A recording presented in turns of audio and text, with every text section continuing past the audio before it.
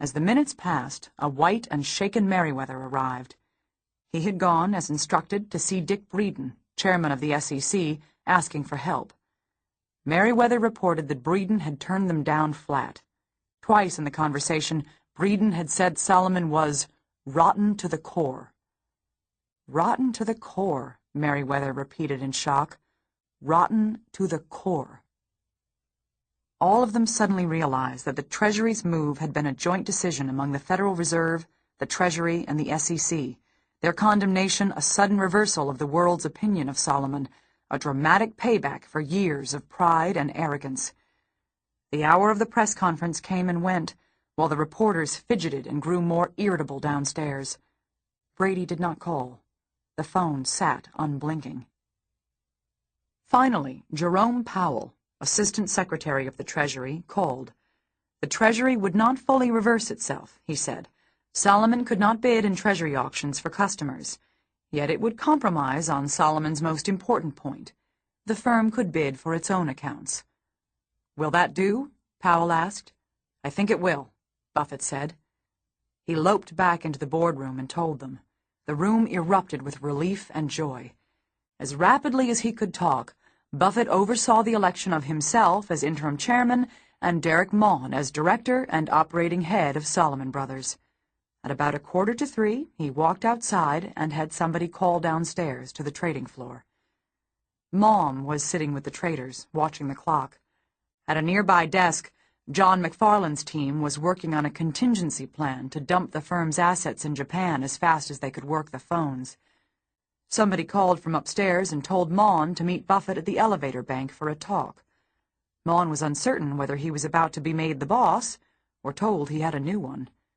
He walked over to the elevator. The door opened, and he saw Buffett standing inside. "You've been tagged," Buffett said, and motioned for Maughan to get in. Instead of riding back up to the boardroom, they descended 2 more floors into the jaws of the waiting press.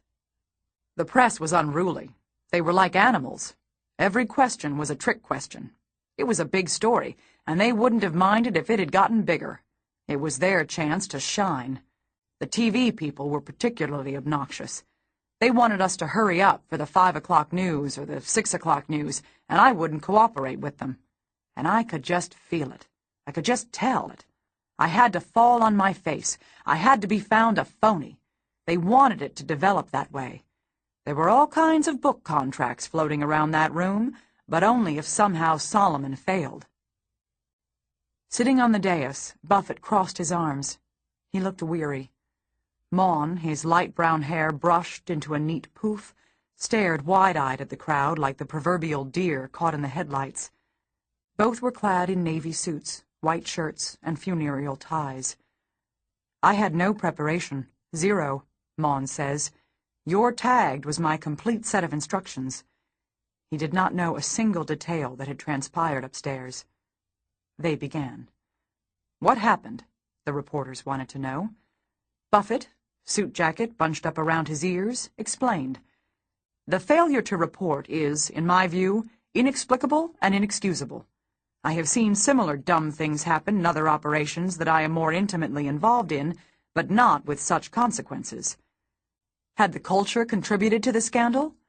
I don't think the same thing would have happened in a monastery," Buffett said. Somebody asked him what he would get paid.